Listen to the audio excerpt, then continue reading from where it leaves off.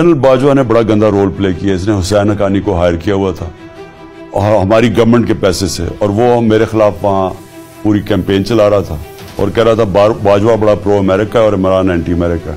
मेरी हुकूमत गिराई किसने? आर्मी चीफ ने। आर्मी चीफ कानून के ऊपर था, उसको कोई पूछने वाला नहीं था।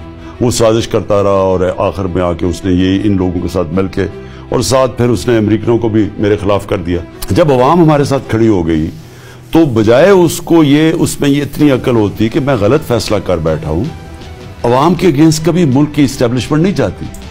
वो जाके हमारे खिलाफ होके और उनके साथ खड़ा हो गया जिनकी वजह से अवाम हमारे साथ आई थी। यानी ये जो ऊपर जराइम पेशा लोग आके बैठ के हैं जिनके ऊपर 1100 अरब रुपए के करप्शन केसेस थे, जब वो उनके साथ खड़ा हुआ तो कौम भी और फासला हो गया इदारे में और कौम के अंदर भी।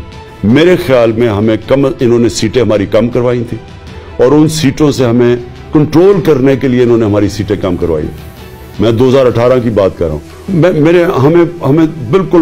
हमारे ख्याल में इन्होंने हमारी सीटें कम करवाई हैं। हमें कोई सीटें ज्यादा नहीं मिली, हमें वो सीटें नहीं मिली जो हमें मिलनी चाहिए थी।